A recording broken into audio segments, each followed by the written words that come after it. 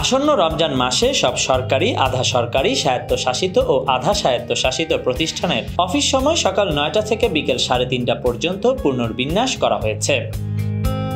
সোমবার জনপ্রশাসন মন্ত্রণালয় থেকে এ সংক্রান্ত প্রজ্ঞাপন জারি করা হয়েছে।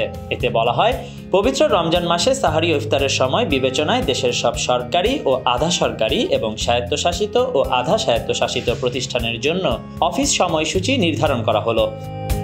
প্রজ্ঞাপনে আরও জানানো হয়, এসব প্রতিষ্ঠানের অফিস সময় সকাল ৯টা থেকে বিকেল ৩:৩০ পর্যন্ত চলবে। জোহরের নামাজের জন্য দুপুর ১:১৫ থেকে ১:৩০ পর্যন্ত ১৫ মিনিটের বিরতি থাকবে। ব্যাংক, বিমা, অন্যান্য আর্থিক প্রতিষ্ঠান, ডাক, রেলওয়ে, হাসপাতাল ও রাষ্ট্রায়ত্ত শিল্প প্রতিষ্ঠান, কলকারখানা এবং অন্যান্য জরুরি সেবা দেওয়ার প্রতিষ্ঠান জনস্বার্থ বিবেচনায় তাদের নিজস্ব আইনবিধি অনুযায়ী অফিস সময়সূচি নির্ধারণ ও অনুসরণ করবে বলেও প্রজ্ঞাপনে জানানো হয়। এতে আরও বলা হয়, বাংলাদেশ সুপ্রিম কোর্ট ও তার আওতাধীন সব কোর্টের অফিস সময়সূচি বাংলাদেশ সুপ্রিম কোর্ট নির্ধারণ করবে। Khandakar Ishtiaq, news now 24।